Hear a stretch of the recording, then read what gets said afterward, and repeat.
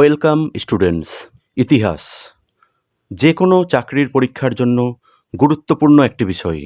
এছাড়া West Bengal school service commission পরীক্ষার মাধ্যমে হাই স্কুলগুলিতে চাকরির জন্য যে প্রশ্নগুলি দরকার সেগুলি আলোচনা করা হবে। বাজারে যে নোট বইগুলি পাওয়া যায় সেগুলি বেশিরভাগই ভুলে ভরা, তাই ইতিহাসের সঠিক টেক্সট বুক পড়ে নিয়ে নোটগুলো তৈরি করা হয়েছে। আজ আলোচনা করা হবে সিন্ধু সভ্যতা থেকে মৌর্য সাম্রাজ্যের পূর্ব পর্যন্ত। অতএব শুরু করা যাক। 117 নম্বর প্রশ্ন আছে, সিন্ধু সভ্যতা কোন যুগের সভ্যতা? উত্তর হচ্ছে তাম্রপ্রস্তর যুগের সভ্যতা, অর্থাৎ তামা এবং প্রস্তর অর্থাৎ পাথর এর ব্যবহার জানা ছিল এই সময়, তাই এটিকে বলা হচ্ছে তাম্রপ্রস্তর যুগের সভ্যতা। 118 নম্বর প্রশ্ন, কে কবে কোথায় হরপ্পা সভ্যতা আবিষ্কার করেন? উত্তর হচ্ছে 1921 খ্রিস্টাব্দে দয়ারাম সাহানি পাঞ্জাবের মন্টোগোমারি জেলায় এই হরপ্পা সভ্যতা আবিষ্কার করেন। পরের প্রশ্ন, কে কবে কোথায় মহেঞ্জোদারো সভ্যতা আবিষ্কার করেন? উত্তর হচ্ছে 1922 খ্রিস্টাব্দে রাখালদাস বন্দ্যোপাধ্যায় সিন্ধু প্রদেশের লারকানা জেলায় এই মহেঞ্জোদারো সভ্যতা আবিষ্কার করেন। পরের প্রশ্ন, সিন্ধু সভ্যতায় কতগুলি কেন্দ্র আবিষ্কৃত হয়েছে? উত্তর হচ্ছে প্রায় 1500টি কেন্দ্র আবিষ্কৃত হয়েছে। পরের প্রশ্ন, হরপ্পা ও মহেঞ্জোদারো নগর দুটির মধ্যে দূরত্ব কত ছিল? উত্তর হচ্ছে 483 kilometre. Next, the wonder that was India গ্রন্থটি কার লেখা? উত্তর হচ্ছে এ.এল. ব্যাসাম, অর্থাৎ ঐতিহাসিক এ.এল. ব্যাসাম এই বিখ্যাত গ্রন্থটি লিখেছিলেন। পরের প্রশ্ন, বিশ্বের প্রাচীনতম বন্দর ও পোতাশ্রয় কোনটি? উত্তর হচ্ছে লোথাল। পরের প্রশ্ন, মেসোপটেমিয়া বা সুমেরের লোকেরাই হরপ্পা সভ্যতার সৃষ্টি করেছেন, কে বলেছেন? উত্তর হচ্ছে স্যার মার্টিমার হুইলার ও গর্ডন চাইল্ড নামক বিখ্যাত ঐতিহাসিকগণ এই কথা বলেছেন। পরের প্রশ্ন, দ্রাবিড় জাতি সিন্ধু সভ্যতার স্রষ্টা, কে বলেছেন? উত্তর হচ্ছে doctor Rakhaldas Bandyopadhyay, reverend Heras, doctor Basham প্রমুখ ঐতিহাসিকরা এই বক্তব্য দিয়েছেন। পরের প্রশ্ন, আর্যরাই সিন্ধু সভ্যতার স্রষ্টা, কে বলেছেন? উত্তর হচ্ছে এ.ডি. পুসলকার, এস.এ. রাও, অলচিন দম্পতি প্রমুখ ঐতিহাসিকরা বলেছেন আর্যরাই সিন্ধু সভ্যতার স্রষ্টা। পরের প্রশ্ন, আর্যদের প্রধান জীবিকা কি ছিল? উত্তর হচ্ছে কৃষি ও পশুপালন। Next, sir John Marshall Harappa সভ্যতার সময়কাল কত নির্ধারণ করেছেন? উত্তর হচ্ছে 3250 থেকে 2750 খ্রিস্টপূর্বাব্দ, অর্থাৎ এই 3250 থেকে 2750 বিসি এর মধ্যেই সিন্ধু সভ্যতার বিকাশ ঘটেছিল বলে স্যার জন মার্শাল মনে করেন। পরের প্রশ্ন, সিন্ধু সভ্যতার সময়কাল কত?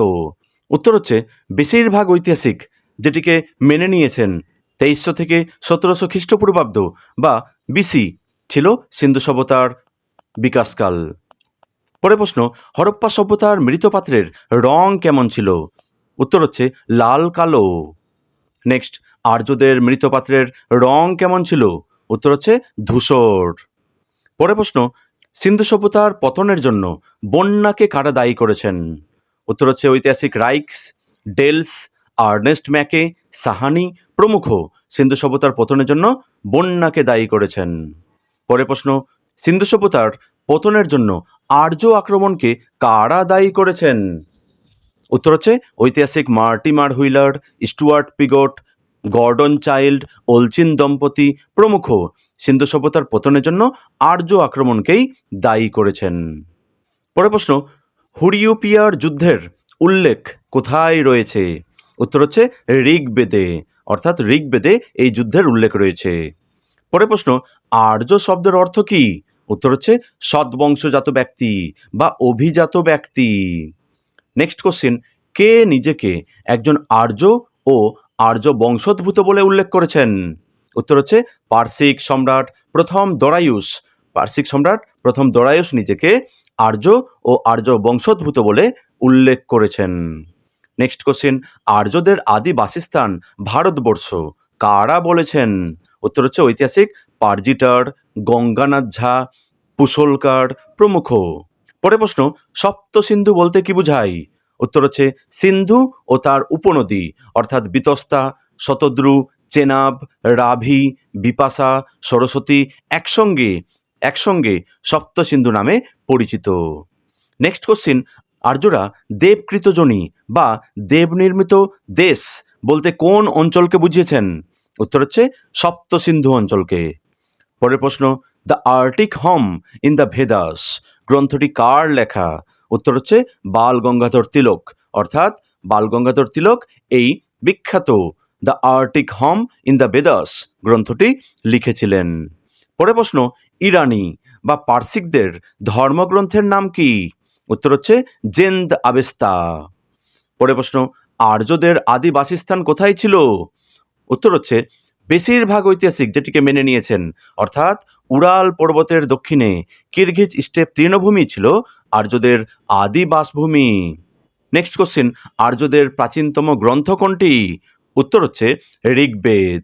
নেক্সট কোশ্চিন, 10 রাজার যুদ্ধের কথা কোথায় উল্লেখ রয়েছে? উত্তর হচ্ছে ঋগ্বেদে। পরের প্রশ্ন, বৈদিক যুগকে কয়টি ভাগে বিভক্ত করা যায় ও কি কি? উত্তর হচ্ছে বৈদিক যুগকে দুটি ভাগে ভাগ করা যায়, ঋগ বৈদিক যুগ এবং পরবর্তী বৈদিক যুগ। এখানে তোমরা মনে রাখতে পারো, বৈদিক যুগ বলতে বোঝায় 1500 থেকে 1000 বিসি বা খ্রিস্টপূর্বাব্দ পর্যন্ত সময়কে, এবং পরবর্তী বৈদিক যুগ বলতে বোঝায় তার পরবর্তী অর্থাৎ 1000 থেকে 600 খ্রিস্টপূর্বাব্দ পর্যন্ত সময়কে। নেক্সট কোশ্চিন, বৈদিক যুগে সমাজের সর্বনিম্ন স্তর কোনটি ছিল? উত্তর হচ্ছে পরিবার। পরের প্রশ্ন, বৈদিক যুগে ক্ল্যান বা গোষ্ঠী কি? উত্তর হচ্ছে কয়েকটি পরিবার নিয়ে গঠিত ছিল ক্ল্যান বা গোষ্ঠী। পরের প্রশ্ন, ট্রাইব বা উপজাতি কি? উত্তর হচ্ছে বৈদিক যুগে কয়েকটি ক্ল্যান নিয়ে গঠিত হতো ট্রাইব বা উপজাতি।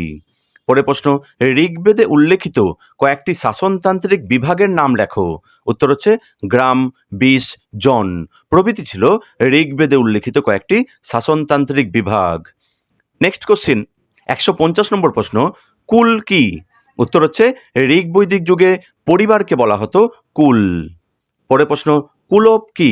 উত্তর হচ্ছে ঋগ বৈদিক যুগে পরিবারের প্রধানকে বা প্রাচীনতম পুরুষটিকে বলা হতো কুলপ। পরের প্রশ্ন, গ্রামণী কি? উত্তর হচ্ছে ঋগ বৈদিক যুগে গ্রামের প্রধানকে বলা হতো গ্রামণী। নেক্সট কোশ্চিন, সভা কি? উত্তর হচ্ছে ঋগ বৈদিক যুগে বয়োজ্যেষ্ঠ ও জ্ঞান বৃদ্ধদের প্রতিষ্ঠান ছিল সভা। পরের প্রশ্ন, সমিতি কি? উত্তর হচ্ছে বৈদিক যুগে সাধারণের প্রতিষ্ঠান ছিল সমিতি। অর্থাৎ ঋগ বৈদিক যুগের দুটি প্রতিষ্ঠান হচ্ছে সভা এবং সমিতি। সভা ছিল বয়োজ্যেষ্ঠদের একটি সংগঠন এবং সমিতি ছিল সাধারণের জনসাধারণের একটি সংগঠন। পরের প্রশ্ন, ঋগ বৈদিক যুগের কোন প্রতিষ্ঠানে মহিলাদের প্রবেশাধিকার ছিল না?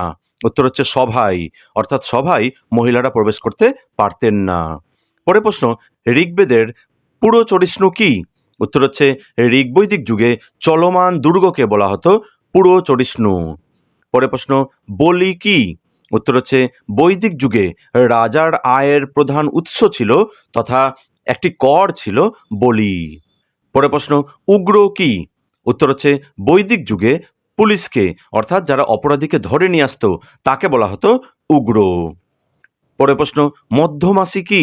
উত্তর হচ্ছে বৈদিক যুগে মধ্যস্থতাকারীকে অর্থাৎ বিবাদের যিনি মধ্যস্থতা করতেন তাকে বলা হতো মধ্যমাসী। পরের প্রশ্ন, গ্রাম্যবাদীন কি? উত্তর হচ্ছে বৈদিক যুগে গ্রামের বিচারকের দায়িত্ব পালন করতেন যিনি, অর্থাৎ গ্রামের বিচারক ছিলেন গ্রাম্যবাদীন। পরের প্রশ্ন, সংগ্রহিত্রী কি? উত্তর হচ্ছে বৈদিক যুগে কোষাধ্যক্ষকে বলা হতো সংগ্রহিত্রী। নেক্সট কোশ্চিন, ভাগদুক কি? উত্তর হচ্ছে বৈদিক যুগে কর আদায়কারীকে বলা হতো ভাগদুক। নেক্সট কোশ্চিন, বৈদিক যুগে সুদ কি? উত্তর হচ্ছে বৈদিক যুগে রাজকীয় ঘোষক অর্থাৎ রাজা যখন রাজসভায় আসতেন তখন যে ঘোষণা করতেন তাকে বলা হতো সুত বা ঘোষক। পরের প্রশ্ন, অক্ষবাব কি? উত্তর হচ্ছে বৈদিক যুগে জুয়া খেলার অধ্যক্ষকে বলা হতো অক্ষবাব। নেক্সট কোশ্চিন, গ্রিক বীর আলেকজান্ডার কবে ভারত আক্রমণ করেন? উত্তর হচ্ছে 327 বিসি বা 327 খ্রিস্টপূর্বাব্দে গ্রিক বীর আলেকজান্ডার ভারত আক্রমণ করেন। পরে প্রশ্ন, জনপদ বলতে কি বোঝায়? উত্তর হচ্ছে ভৌগোলিক ও রাজনৈতিক এলাকা, রাজ্যকে বলতো জনপদ। পরে প্রশ্ন, মহাজনপদ বলতে কি বোঝায়? উত্তর হচ্ছে প্রাচীন ভারতে জনপদের তুলনায় বড়, অর্থাৎ আরও বেশি শক্তিশালী ও বৃহত্তর আয়তনযুক্ত রাজ্যকে বলা হতো মহাজনপদ। নেক্সট কোশ্চেন, বৌদ্ধ গ্রন্থ অঙ্গুত্তর নিকায় ও জৈন গ্রন্থ ভগবতী সূত্রে কয়টি মহাজনপদের উল্লেখ রয়েছে? উত্তর হচ্ছে 16টি। নেক্সট কোশ্চেন, কাশী রাজ্যের রাজধানী কোথায় ছিল? উত্তর হচ্ছে বারাণসী। পরের প্রশ্ন, কসল রাজ্যের রাজধানী কোথায় ছিল? উত্তর হচ্ছে শ্রাবস্তী। নেক্সট কোশ্চেন, অঙ্গ রাজ্যের রাজধানী কোথায় ছিল? উত্তর হচ্ছে চম্পা। পরের প্রশ্ন, বুদ্ধের সমসাময়িক প্রসেনজিৎ কোথাকার শাসক ছিলেন? উত্তর হচ্ছে কোশল রাজ্যের শাসক ছিলেন প্রসেনজিৎ। পরের প্রশ্ন, মগধ রাজ্যের রাজধানী কোথায় ছিল? উত্তর হচ্ছে গিরিব্রজ, রাজগৃহ বা পাটলিপুত্র ছিল মগধ রাজ্যের রাজধানী। পরের প্রশ্ন, ব্রিজি রাজ্যের রাজধানী কোথায় ছিল? উত্তর হচ্ছে বৈশালী। 175 নম্বর প্রশ্ন, কোন মহাজনপদকে কেন্দ্র করে সর্বপ্রথম সর্বভারতীয় সাম্রাজ্য গড়ে ওঠে? উত্তর হচ্ছে মগধ, অর্থাৎ এই মগধকে কেন্দ্র করেই ভারতে প্রথম একটি সর্বভারতীয় সাম্রাজ্য গড়ে ওঠে। পরের প্রশ্ন, চেদি রাজ্যের রাজধানী কোথায় ছিল? উত্তর হচ্ছে শুক্তিমতি। নেক্সট কোশ্চিন, বৎস রাজ্যের রাজধানী কোথায় ছিল? কৌশাম্বী। পরের প্রশ্ন, স্বপ্ন বাসব দত্তা গ্রন্থটি কার রচনা? উত্তর হচ্ছে ভাসের রচনা। নেক্সট কোশ্চিন, হর্ষবর্ধনের রচিত 3টি বিখ্যাত নাটক কি কি? উত্তর হচ্ছে নাগানন্দ, রত্নাবলী ও প্রিয়দর্শিকা। এই গ্রন্থগুলি রচনা করেছিলেন হর্ষবর্ধন। পরের প্রশ্ন, কুরু রাজ্যের রাজধানীর নাম কি? উত্তর হচ্ছে ইন্দ্রপ্রস্থ ছিল এই কুরু রাজ্যের রাজধানী। পরের প্রশ্ন, পাঞ্চাল রাজ্যের রাজধানীর নাম কি? উত্তর হচ্ছে এই পাঞ্চাল রাজ্যের 2টি ভাগ ছিল। উত্তর পাঞ্চাল রাজ্যের রাজধানী ছিল অহিচ্ছত্র এবং দক্ষিণ পাঞ্চাল রাজ্যের রাজধানী ছিল কাম্পিল্য। পরের প্রশ্ন, মৎস্য রাজ্যের রাজধানীর নাম কি? উত্তর হচ্ছে বিরাটনগর। পরের প্রশ্ন, সুরসেন রাজ্যের রাজধানীর নাম কি? উত্তর হচ্ছে মথুরা। নেক্সট কোশ্চিন, অসমক রাজ্যের রাজধানীর নাম কি? উত্তর হচ্ছে পোটান বা পোদান ছিল এই অসমক রাজ্যের রাজধানী। পরের প্রশ্ন, অবন্তী রাজ্যের রাজধানীর নাম কি? উত্তর হচ্ছে উজ্জয়িনী বা মহেশমতি ছিল এই অবন্তী রাজ্যের রাজধানী। নেক্সট কোশ্চিন, গান্ধার রাজ্যের রাজধানীর নাম কি? উত্তর হচ্ছে তক্ষশিলা। পরের প্রশ্ন, কম্বোজ রাজ্যের রাজধানীর নাম কি? উত্তর হচ্ছে রাজপুর। নেক্সট কোশ্চিন, দক্ষিণ ভারতের একমাত্র মহাজনপদ কোনটি? অর্থাৎ এতগুলো, এই যে 16টি মহাজনপদ ছিল তার মধ্যে একটি মহাজনপদ যেটি ছিল দক্ষিণ ভারতে, সেটির নাম কি? উত্তর হচ্ছে অসমক। পরের প্রশ্ন, ষোড়শ মহাজনপদগুলির মধ্যে বেশ শক্তিশালী 4টি মহাজনপদ কি কি? উত্তর হচ্ছে অবন্তী, বৎস, কোশল ও মগধ। এই 4টি ছিল বেশি শক্তিশালী। পরের প্রশ্ন, 190 নম্বর প্রশ্ন, হর্ষঙ্ক বংশের প্রতিষ্ঠাতা কে ছিলেন? উত্তর হচ্ছে বিম্বিসার। এই গেল 190 পর্যন্ত তোমাদের প্রাচীন ভারতের কিছু প্রশ্ন। ভালো লাগলে সাবস্ক্রাইব করুন এবং শেয়ার করুন। Thank you.